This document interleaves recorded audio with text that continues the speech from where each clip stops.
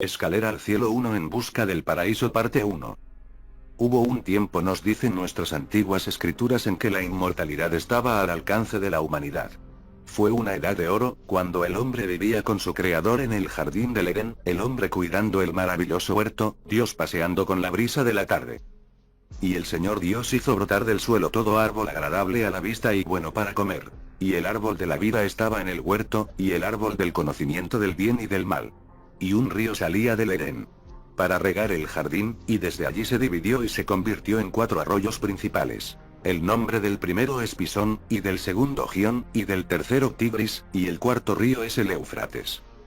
Del fruto de todo árbol se les permitió comer a Adán y Eva, excepto del fruto del árbol del conocimiento. Pero una vez que lo hicieron, tentado por la serpiente, el Señor Dios se preocupó por el asunto de la inmortalidad. Entonces dijo el Señor Yahvé: He aquí, el Adán se ha hecho como uno de nosotros para conocer el bien y el mal. Y ahora, ¿no podría extender su mano y participar también del árbol de la vida, y comer, y vivir para siempre? Y el Señor Yahvé expulsó al Adán del huerto del Edén, y puso al oriente del huerto del Edén los querubines, y la espada flamígera que gira, para guardar el camino al árbol de la vida. Así fue el hombre expulsado del mismo lugar donde la vida eterna estaba a su alcance. Pero a pesar de estar excluido de él, nunca ha dejado de recordarlo, de anhelarlo y de intentar alcanzarlo. Desde esa expulsión del paraíso, los héroes han ido a los confines de la tierra en busca de la inmortalidad.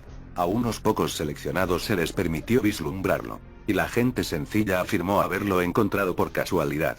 A lo largo de las edades, la búsqueda del paraíso fue el reino del individuo. Pero a principios de este milenio, se lanzó como la empresa nacional de reinos poderosos.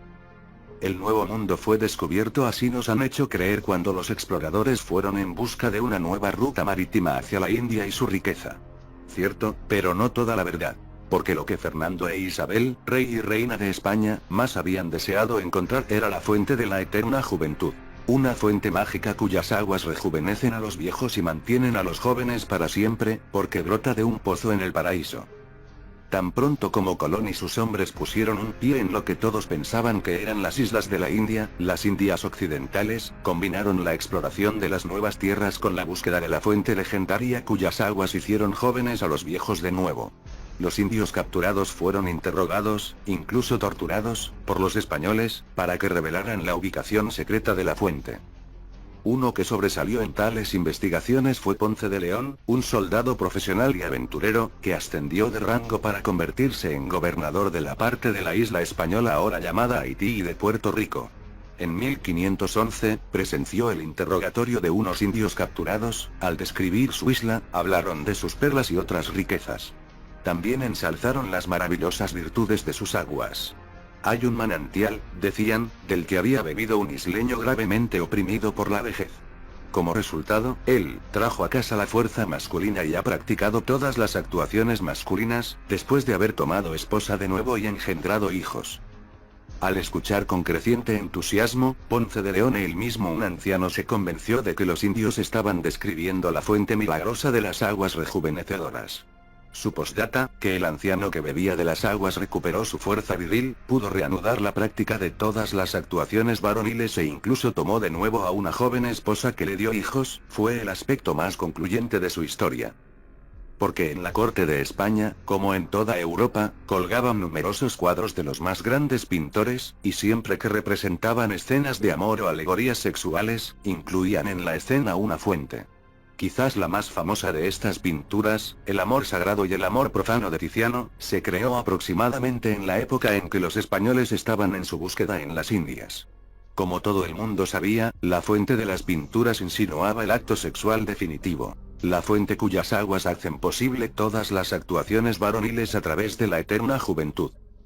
El informe de Ponce de León al rey Fernando se refleja en los registros que lleva el historiador oficial de la corte, Peter Martyr de Anglería. Como dice en su Década de Orbe Novo, Décadas del Nuevo Mundo, los indígenas que habían venido de las islas de Lucayos o las Bahamas, habían revelado que hay una isla, en la que hay un manantial perenne de agua corriente de tan maravillosa virtud, que sus aguas, al ser bebidas, quizás con alguna dieta, vuelven jóvenes a los viejos.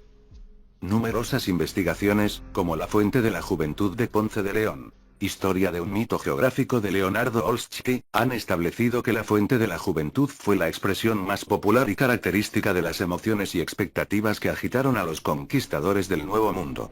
Sin duda, el rey Fernando de España fue uno de los tan agitados, tan expectantes por la noticia definitiva. Entonces, cuando llegó la noticia de Ponce de León, Ferdinand perdió poco tiempo. Inmediatamente otorgó a Ponce de León una patente de descubrimiento, fechada el 23 de febrero de 1512, autorizando una expedición desde la isla Hispaniola hacia el norte. El almirantazgo recibió la orden de ayudar a Ponce de León y poner a su disposición los mejores barcos y marineros, para que pudiera descubrir sin demora la isla de Bimini Bimini. El rey hizo explícita una condición: que después de haber llegado a la isla y haber averiguado lo que hay en ella, me enviarás un informe de ella. En marzo de 1513, Ponce de León partió hacia el norte, en busca de la isla de Bimini. La excusa pública para la expedición fue la búsqueda de oro y otros metales. El verdadero objetivo era encontrar la fuente de la eterna juventud. Los marineros pronto se enteraron de esto cuando llegaron no a una isla, sino a cientos de islas en las Bahamas. Fondeando isla tras isla, los grupos de desembarco recibieron instrucciones de no buscar oro sino alguna fuente inusual. Se saborearon y bebieron las aguas de cada arroyo, pero sin efectos evidentes. El domingo de Pascua, Pasca de Flares por su nombre en español, se avistó una larga costa. Ponce de León llamó a la isla Florida. Navegando a lo largo de la costa y desembarcando una y otra vez, él y sus hombres registraron los bosques selváticos y bebieron las aguas de manantiales interminables. Pero ninguno pareció obrar el milagro esperado. El fracaso de la misión no parece haber empañado la convicción de que la fuente estaba sin duda allí. Solo había que descubrirla. Se interrogó a más indios. Algunos parecían inusualmente jóvenes para la vejez que afirmaban. Otros repitieron leyendas que confirmaron la existencia de la fuente. Una de esas leyendas, como se relata en Creation Myths of Primitive America por J. Curtin, relata que cuando Ole Lewis, el que se sienta arriba, estaba a punto de crear la humanidad, envió 2 emisarios a la Tierra para construir una escalera que conectaría la Tierra y el cielo. A mitad de la escalera, debían establecer un lugar de descanso, con un estanque de agua potable pura. En la cima, debían crear 2 manantiales. Uno para beber y otro para bañarse. Cuando un hombre o una mujer envejece, dijo Ole Lewis, que suba a esta cumbre, beba y se bañe. Con lo cual su juventud será restaurada. La convicción de que la fuente existía en algún lugar de las islas era tan fuerte que en 1514, el año después de la infructuosa misión de Ponce de León, Pedro Mártir, en su segunda década, informó al Papa León X de la siguiente manera: a 325 leguas de la Española, cuentan, hay una isla llamada Boyuca, alias Ananeo, que según los que exploraron su interior tiene una fuente tan extraordinaria que beber de sus aguas rejuvenece a los viejos. Y que su santidad no crea que esto se dice a la ligera o precipitadamente, porque han difundido la palabra de esto como la verdad en toda la corte, tan formalmente que todo el pueblo, no pocos de los cuales son de aquellos a quienes la sabiduría o la fortuna distinguieron de la gente común, lo consideran cierto. Ponce de León, impávido, concluyó después de una investigación adicional que lo que tenía que buscar era un manantial junto con un río, los dos posiblemente conectados por un túnel subterráneo oculto. Si la fuente estaba en una isla, ¿era su fuente un río en Florida? En 1521, la corona española envió a Ponce de León en una búsqueda renovada, esta vez centrándose en Florida. No cabe duda sobre el verdadero propósito de su misión. Escribiendo apenas unas décadas después, el historiador español Antonio de Herrera y Tordesillas afirmó así en su Historia General de las Indias. Él, Ponce de León, fue a buscar esa fuente sagrada, tan renombrada entre los indios, así como el río cuyas aguas rejuvenecían a los ancianos. It was intention finding the spring of Bimini and the river in Florida, of which the Indians of Cuba and Hispaniola affirmed that old persons bathing themselves in them became young again. Instead of eternal youth, Ponce de León found the Albanian Indian arrow. And although the individual search for a potion or lotion that can postpone the last day may never end, the organized search, under a royal decree, did come to an end. Was the search futile to begin with? Were Ferdinand and Isabel and Ponce de León, and the men who sailed and died in search of the fountain, all false children believing in some primitive fairy tales? No de la forma en que lo vieron. Las sagradas escrituras, las creencias paganas y los relatos documentados de grandes viajeros, todos se combinaron para afirmar que de hecho había un lugar cuyas aguas, o néctares de frutas, podían otorgar la inmortalidad manteniéndolo a uno para siempre joven. Todavía existían cuentos antiguos actuales que quedan de los tiempos en que los celtas estaban en la península de un lugar secreto, una fuente secreta, una fruta o hierba secreta cuyo buscador será redimido de la muerte.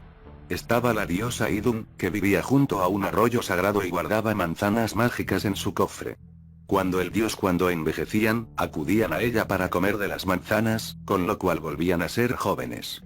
De hecho, Idun significaba nuevamente joven. Y las manzanas que ella guardaba se llamaban el elixir de los dioses. ¿Fue esto un eco de la leyenda de Heracles, Hércules, y sus 12 trabajos? Una sacerdotisa del dios Apolo, prediciendo sus tribulaciones en un oráculo, también le había asegurado: cuando esto suceda, serás uno de los inmortales. Para lograr esto, el último trabajo, pero uno, fue apoderarse y traer de regreso de las Hespérides las divinas manzanas doradas. Las Hespérides, hijas de la tierra del atardecer, residían en los confines de la tierra. ¿No han dejado los griegos, y luego los romanos, historias de mortales inmortalizados? El dios Apolo ungió el cuerpo de Sarpedón, para que viviera la vida de varias generaciones de hombres. La diosa Afrodita le otorgó a Faón una poción mágica. Ungiéndose con ella, se convirtió en un hermoso joven que despertó el amor en el corazón de todas las mujeres de Lesbos. Y el niño Demofón, ungido con ambrosía por la diosa Deméter, seguramente se habría vuelto inmortal si su madre, ignorante de la identidad de Deméter, no lo hubiera arrebatado de la diosa. Estaba la historia de Tántalo, que se había vuelto inmortal al comer en el dios Mesa y robando su néctar y ambrosía. Pero después de haber matado a su hijo para servir su carne como alimento para los dioses, fue castigado con ser desterrado a una tierra de deliciosos frutos y aguas, eternamente fuera de su alcance. El dios Hermes devolvió la vida al hijo asesinado. Por otro lado, Ulises, ofrecido la inmortalidad por la ninfa Calipso si se quedaba con ella para siempre, abandonó la inmortalidad por la oportunidad de regresar a su hogar y esposa. ¿Y no estaba allí la historia de Glaucos, un mortal, un pescador común, que se convirtió en un dios del mar? Un día observó que un pez que había atrapado, al entrar en contacto con una hierba, volvió a la vida y saltó de nuevo al agua. Tomando la hierba en su boca, Glaucos saltó al agua en el mismo lugar exacto. Con lo cual el mar, dios Okeanos y Tetis se lo admitieron a su círculo y lo transforma en una deidad. El año 1492, en el que Colón zarpó desde España, fue también el año en el que la ocupación musulmana de la península ibérica terminó con la rendición de los moriscos en Granada. A lo largo de los casi 8 siglos de contención musulmana y cristiana sobre la península, la interacción de las dos culturas fue inmensa. Y el cuento del Corán, el libro sagrado musulmán, del pez y la fuente de la vida era conocido tanto por moros como por católicos. El hecho de que el cuento fuera casi idéntico a la leyenda griega del pescador Glaucos se tomó como confirmación de su autenticidad. Fue una de las razones para buscar la fuente legendaria en la India, la tierra a la que Colón se había propuesto llegar y que él creía haber llegado. El segmento en el Corán que contiene el cuento es la 18ª sura. Relata la exploración de varios misterios por Moisés, el héroe bíblico del éxodo israelita de Egipto. Mientras Moisés estaba siendo preparado para su nuevo llamamiento como mensajero de Dios, un misterioso siervo de Dios lo instruiría en el conocimiento que aún le faltaba. Acompañado por un solo asistente, Moisés debía ir a buscar a este enigmático maestro con la ayuda de una sola pista. Debía llevar consigo un pescado seco. El lugar donde el pez saltaría y desaparecería sería el lugar donde se encontraría con el maestro. Después de mucha búsqueda en vano, el asistente de Moisés sugirió que se detuvieran y abandonaran la búsqueda. Pero Moisés insistió, diciendo que no se daría por vencido hasta que llegaran al cruce de los dos arroyos. Inadvertido para ellos, fue allí donde ocurrió el milagro. Pero cuando llegaron al cruce, se olvidaron de su pez, que siguió su curso a través del arroyo, como en un túnel. Después de continuar el viaje, Moisés le dijo a su asistente: «Tráiganos nuestra comida de la madrugada». Pero el asistente respondió que el pescado se había ido. «Cuando llegamos a la roca, ¿viste lo que había sucedido? En verdad me olvidé del pez. Satanás me hizo olvidar decírtelo. Tomó su curso a través del arroyo, de una manera maravillosa». Y Moisés dijo: «Eso era lo que estábamos buscando». El relato del Corán, Fig. 1. Del pescado seco que cobró vida y nadó de regreso al mar a través de un túnel, fue más allá del relato griego paralelo al relacionarse no con un simple pescador, sino con el venerado Moisés. Además, presentó el incidente no como un descubrimiento fortuito, sino como un hecho premeditado por el Señor, quien conocía la ubicación de las aguas de la vida, aguas que podían reconocerse por medio de la resurrección de un pez muerto. Como cristianos devotos, el rey y la reina de España deben haber aceptado literalmente la visión descrita en el libro de Apocalipsis, de un río puro de agua de vida, claro como el cristal, que salía del trono de Dios, en medio de la calle, y a ambos lados del río, estaba el árbol de la vida, 12 tipos de frutas. Deben haber creído en las promesas del libro. Al que tuviere sed, le daré de la fuente del agua de la vida, le daré a comer del árbol de la vida que está en medio del paraíso de Dios. Y podrían no estar al tanto de las palabras del salmista bíblico. Les das a beber de tu corriente de eternidades. Porque contigo está la fuente de la vida. Por lo tanto, no podía haber ninguna duda, como lo atestiguan las escrituras más sagradas, de que la fuente de la vida, o la corriente de la eternidad, existía. El único problema era dónde y cómo encontrarla. La 18ª sura del Corán parecía ofrecer algunas pistas importantes. Continúa relatando las 3 paradojas de la vida que se le mostró a Moisés una vez que localizó al siervo de Dios. Luego, la misma sección del Corán continúa describiendo otros 3 episodios. Primero, sobre una visita a una tierra donde se pone el sol. Luego a una tierra donde sale el sol, es decir, en el este. Y finalmente a una tierra más allá de la segunda tierra, donde la gente mítica de Gog y Magog, los contendientes bíblicos en el fin de los días, estaban causando daños incalculables en la tierra. Para poner fin a este problema, el héroe de la historia, llamado Akidu al-Karnain, poseedor de los 2 cuernos, llenó el paso entre 2 montañas escarpadas con bloques de hierro y vertió sobre ellas plomo fundido, creando una barrera tan impresionante que incluso los poderosos Gog y Magog fueron impotentes para escalarla. Separados, los 2 no podrían causar más dificultades en la tierra. La palabra Karnain, en árabe como en hebreo, significa a la vez doble cuernos y los rayos dobles. Los 3 episodios adicionales, que siguen inmediatamente después del relato de los misterios de Moisés, así parecen retener como su héroe a Moisés, quien bien podría haber sido apodado Dual Karnain porque su rostro estaba con rayos, irradiado, después de haber bajado del monte Sinaí, donde se había encontrado con el Señor cara a cara. Sin embargo, las creencias medievales populares atribuyeron el epíteto y los viajes a las 3 tierras a Alejandro Magno, el rey macedonio que en el siglo IV a.C. conquistó la mayor parte del mundo antiguo, llegando hasta la India. Esta creencia popular, que intercambia a Moisés y Alejandro, se deriva de las tradiciones relativas a las conquistas y aventuras de Alejandro Magno. Estos incluyeron no solo la hazaña en la tierra de Gog y Magog, sino también un episodio idéntico de los informes sobre las aventuras de Alejandro que eran corrientes en Europa y el cercano Oriente en la época medieval se basaron en los supuestos escritos del historiador griego Calístenes de Olintus. Fue designado por Alejandro para registrar las hazañas, triunfos y aventuras de su expedición asiática. Pero murió en prisión, habiendo ofendido a Alejandro, y sus escritos han perecido misteriosamente. Siglos más tarde, sin embargo, comenzó a circular en Europa un texto latino que pretendía ser una traducción de los escritos originales perdidos de Calístenes. Los eruditos hablan de este texto como Pseudo-Calístenes. Durante muchos siglos se creyó que las muchas traducciones de las hazañas de Alejandro que eran corrientes en Europa y el Medio Oriente, todas derivaban de este latín Pseudo-Calístenes. Pero más tarde se descubrió que existían otras versiones paralelas en muchos idiomas, incluidos hebreo, árabe, persa, siríaco, armenio y etíope, así como al menos 3 versiones en griego. Las diversas versiones, algunas de las cuales se remontan a la Alejandría del siglo II a.C., difieren aquí y allá. Pero en general, sus abrumadoras similitudes indican una fuente común, tal vez los escritos de Calístenes después de todo, o como se afirma a veces copias de las cartas de Alejandro a su madre Olimpia y a su maestro Aristóteles. Las aventuras milagrosas que nos preocupan comenzaron después de que Alejandro completara la conquista de Egipto. A partir de los textos, no queda claro en qué dirección marcó Alejandro su curso, ni es seguro que los episodios estén ordenados en un orden cronológico o geográfico exacto. Sin embargo, uno de los primeros episodios puede explicar la confusión popular entre Alejandro y Moisés. Aparentemente Alejandro intentó salir de Egipto como lo hizo Moisés, dividiendo las aguas y haciendo que sus seguidores cruzaran el mar a pie.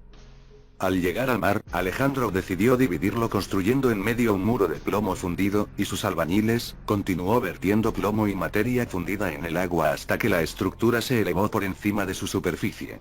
Luego construyó sobre ella una torre y un pilar, sobre el cual talló su propia figura, con 2 cuernos en la cabeza. Y escribió sobre el monumento: cualquiera que haya venido a este lugar y quiera navegar sobre el mar, dígale que lo he cerrado. Habiendo cerrado así las aguas, Alejandro y sus hombres comenzaron a cruzar el mar.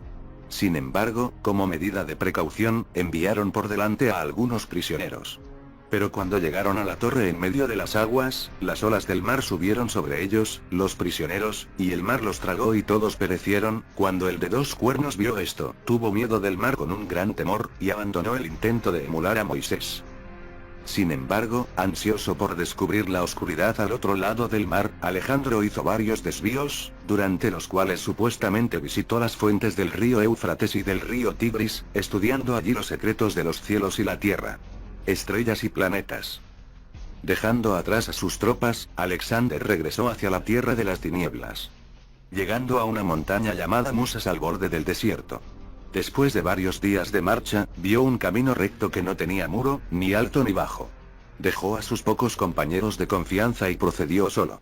Después de un viaje de 12 días y 12 noches, percibió el resplandor de un ángel. Pero a medida que se acercaba, el ángel era un fuego llameante. Alejandro se dio cuenta de que había llegado a la montaña desde la que está rodeado el mundo entero. El ángel no estaba menos perplejo que Alejandro. ¿Quién eres y por qué estás aquí, oh mortal?, preguntó el ángel, y se preguntó cómo había logrado Alejandro penetrar en esta oscuridad, lo que ningún otro hombre ha podido hacer. Él mismo lo había guiado y le había dado fuerzas para haber llegado a este lugar, que es el paraíso. Para convencer al lector de que se podía llegar al paraíso, en lugar del infierno, a través de pasajes subterráneos, el antiguo autor presentó un largo discurso entre el ángel y Alejandro sobre asuntos de Dios y el hombre. El ángel entonces instó a Alejandro a volver con sus amigos. Pero Alejandro persistió en buscar respuestas a los misterios del cielo y la tierra, Dios y los hombres. Al final, Alejandro dijo que se iría solo si se le concedía algo que ningún hombre había obtenido antes. Obedeciendo, el ángel le dijo: te diré algo por lo cual puedes vivir y no morir. El de 2 cuernos dijo: continúa. Y el ángel le dijo: en la tierra de Arabia, Dios ha puesto la negrura de las tinieblas sólidas, donde está escondido un tesoro de este conocimiento. Allí también está la fuente de agua que se llama el agua de la vida. Y el que de él beba, si es una sola gota, no morirá jamás. El ángel atribuyó otros poderes mágicos a estas aguas de la vida, como el poder de volar por los cielos, como vuelan los ángeles. Sin necesidad de más indicaciones, Alejandro preguntó ansiosamente: ¿en qué parte de la tierra se encuentra esta fuente de agua? Pregunta a los herederos del conocimiento, fue la enigmática respuesta del ángel. Entonces el ángel le dio a Alejandro un racimo de uvas para que alimentara a sus tropas. Volviendo a sus compañeros, Alejandro les contó a sus compañeros de su aventura y les dio a cada uno una uva. Pero al arrancar del racimo, otro creció en su lugar. Y así, un grupo alimentó a todos los soldados y sus bestias. Alejandro entonces comenzó a investigar a todos los eruditos que pudo encontrar. Preguntó a los sabios: ¿alguna vez has leído en tus libros que Dios tiene un lugar de tinieblas del cual el conocimiento está escondido, y que la fuente que se llama la fuente de la vida está situada allí? Las versiones griegas le hacen buscar en los confines de la tierra al sabio adecuado. Las versiones etíopes sugieren que el sabio estaba allí mismo, entre sus tropas. Su nombre era Matún y conocía los escritos antiguos. El lugar, dijo, está cerca del sol cuando sale por el lado derecho. Apenas más informado por tales acertijos, Alejandro se puso en manos de su guía. Volvieron a entrar en un lugar de tinieblas. Después de viajar durante mucho tiempo, Alejandro se cansó y envió a Matún por sí solo, para encontrar el camino correcto. Para ayudarlo a ver en la oscuridad, Alejandro le dio una piedra que le fue dada antes en circunstancias milagrosas por un antiguo rey que vivía entre el dios. Es una piedra que fue sacada del paraíso por Adán cuando lo dejó, y que era más pesada que cualquier otra sustancia en la tierra. Matún, aunque tuvo cuidado de seguir el camino, finalmente se perdió. Luego sacó la piedra mágica y la dejó. Cuando tocaba el suelo, emitía luz. A la luz, Matún vio un pozo. Aún no se había dado cuenta de que había encontrado por casualidad la fuente de la vida. La versión etíope describe lo que siguió. Ahora, tenía consigo un pescado seco, y con mucha hambre bajó con él al agua, para lavarlo y prepararlo para cocinar, pero he aquí, tan pronto como el pez tocó el agua, se alejó nadando. Cuando Matún vio esto, se desnudó y bajó al agua tras el pez, y encontró que estaba vivo en el agua. Al darse cuenta de que este era el pozo del agua de la vida, Matún se lavó en las aguas y bebió de ellas. Cuando salió del pozo, ya no tenía hambre ni tenía ningún cuidado mundano, porque se había convertido en el Kid, el Evergreen, el que era Forever Young. Al regresar al campamento, no dijo nada de su descubrimiento a Alejandro, a quien la versión etíope llama el de los dos cuernos. Entonces el propio Alejandro reanudó la búsqueda, buscando a tientas el camino correcto en la oscuridad. De repente, vio la piedra, dejada por Matún brillando en la oscuridad. Y, ahora tenía dos ojos, que emitían rayos de luz. Al darse cuenta de que había encontrado el camino correcto, Alejandro se adelantó, pero fue detenido por una voz que lo amonestó por sus ambiciones cada vez mayores y profetizó que, en lugar de alcanzar la vida eterna, pronto mordería el polvo. Alejandro aterrorizado regresó con sus compañeros y sus tropas, abandonando la búsqueda. Según algunas versiones, fue un pájaro con rasgos humanos quien le habló a Alejandro y le hizo volverse cuando llegó a un lugar con incrustaciones de zafiros, esmeraldas y jacintos. En la supuesta carta de Alexander a su madre, había dos hombres pájaro que le bloquearon el camino. En la versión griega de Pseudo Calístenes, fue Andreas, el cocinero de Alejandro, quien tomó el pescado seco para lavarlo en una fuente cuyas aguas centelleaban con relámpagos. Cuando el pez tocó el agua, cobró vida y se le escapó de las manos al cocinero. Al darse cuenta de lo que había encontrado, el cocinero bebió del agua y tomó un poco en un cuenco de plata, pero no le contó a nadie su descubrimiento. Cuando Alejandro, en esta versión lo acompañaban 360 hombres, continuó la búsqueda, llegaron a un lugar que brillaba aunque no se veía ni sol ni luna ni estrellas. El camino estaba bloqueado por dos pájaros con rasgos humanos.